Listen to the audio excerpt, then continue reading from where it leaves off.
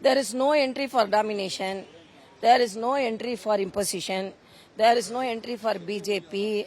I am telling again, there is no any re-entry for honor killing. There is no re-entry for corruption. There is no re-entry for discrimination of rich students and poor students. No entry for re-entry for dynasty politics. And he is telling that we cannot enter, there is no entry. We will see that DMK faces its exit. So there is no any re-entry for them. There is entry for us, there is no any re-entry for them. That's all I can say, because anti-people government. He is very proudly telling who did all the arrangements? Senthil Balaji. And what are the charges on him? He only filed a case against him. So he should explain to the people of Tamil Nadu why he filed a case against him, corruption charges.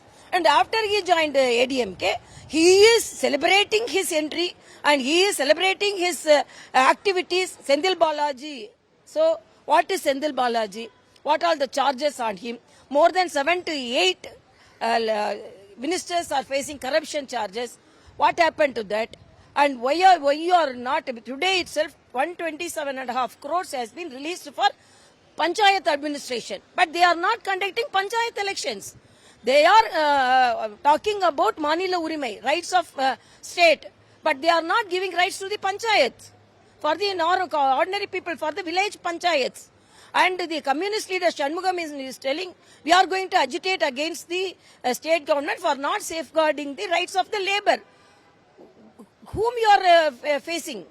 You are with alliance. So if you have guts, you tell we will exit from the alliance.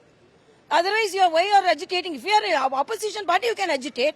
But you are as a part of the government and you are telling you are agitating. So it's high drama is conducted by the DMK alliance, and it is not Mupperum Villa. It is Muttilum Pui Villa, which is the conference of liars.